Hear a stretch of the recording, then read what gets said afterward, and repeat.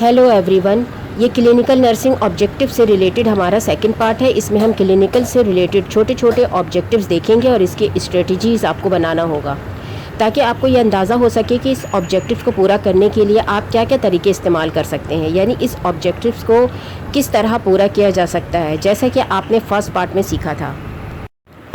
Bye the end of 4 hours clinical I will be able to, ये सारे objectives के साथ यही होगा। और उसके बाद number 1 objectives, teach my patients how to do deep breathing exercise. इसकी स्ट्रेटजीज़ में आप लिख सकते हैं, जैसे आप पेशेंट्स को डीप ब्रीदिंग एक्सरसाइज के बारे में बताएंगे। नंबर 2 पेशेंट्स को डिमॉन्स्ट्रेट करके दिखाएंगे। नंबर 3 पेशेंट्स को से डिमॉन्स्ट्रेट करने को कहेंगे। By the end of 4 hours clinical, I will be able to give bed bath और sponge bath to my patient.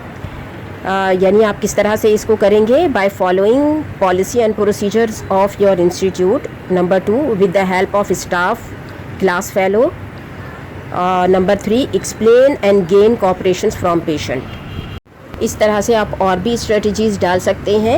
Number 3 do appropriate interventions to lower high grade temperature 40 centigrade to 38.5 centigrade to 38 centigrade। यानी हम directly बहुत ज़्यादा बिल्कुल normal पे नहीं लाएंगे, लेकिन हमारा टारगेट ये होगा। इसके लिए हमें क्या क्या स्ट्रेटजीज़ करनी होगी, ठीक है, ये आप अच्छे से जानते हैं। Bye the end of 1 day clinical I will be able to। Number 4 change IV side dressing. इसमें स्ट्रेटजीज़ हो सकती है बाय ऑब्जर्वेशन, यानी अपने सीनियर स्टाफ को आप ऑब्ज़र्व करके कर सकते हैं। बाय प्रैक्टिसिंग कर सकते हैं। By follow hospital policy and procedure. By maintaining aseptic technique. By the end of 1 day clinical I will be able to give back care to my bed-ridden patient। ठीक है, इसकी आप स्ट्रेटजीज़ लिख सकते हैं, आपको पता है। नंबर 6 चेंज बेड सोर ड्रेसिंग ऑफ बेड-रिडन पेशेंट, यानी इसकी स्ट्रेटजीज़ में स्किल्स लैब में बेड सोर ड्रेसिंग की प्रैक्टिस करेंगे, इंस्ट्रक्टर को डिमॉन्स्ट्रेट करके दिखाएंगे, बेड सोर्स की पॉलिसी एंड प्रोसीजर को रिव्यू करेंगे और फॉलो करेंगे। इसके अलावा और भी बहुत सारी स्ट्रेटजीज़ आप लिख सकते हैं।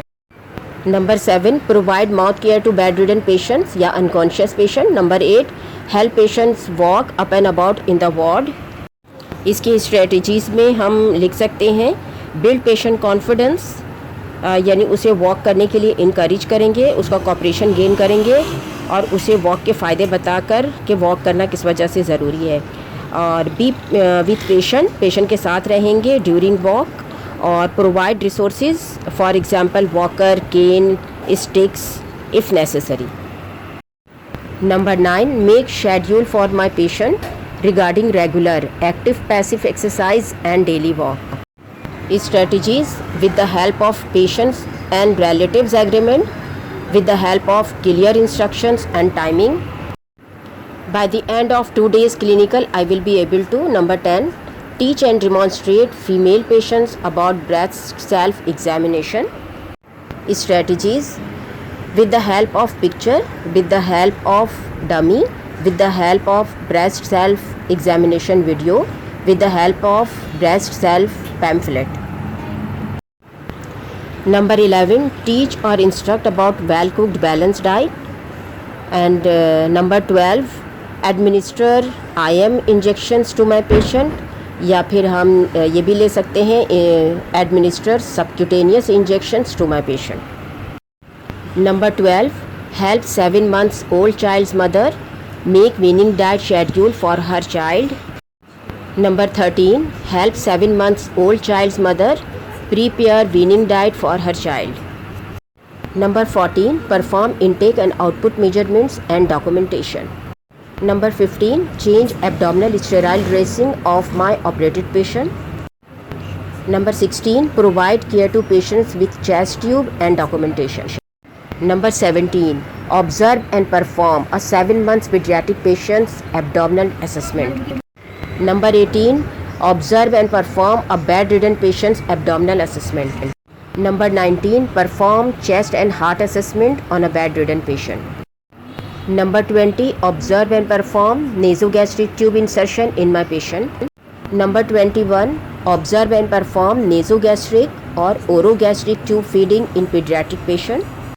Number 22, observe and perform urinary catheterizations of my male or female patient. By the end of 1 week clinical, I will be able to. Number 23, observe and assist the patients on mechanical ventilation.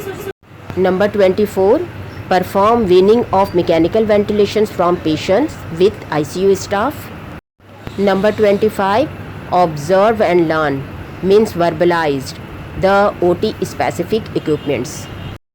इस तरह की video के लिए मेरी हौसला अफजाई करें, इसे लाइक करें, मेरे चैनल को सब्सक्राइब करें और कमेंट करके ज़रूर बताएं कि वीडियो आपको कैसी लगी। Thank you for watching.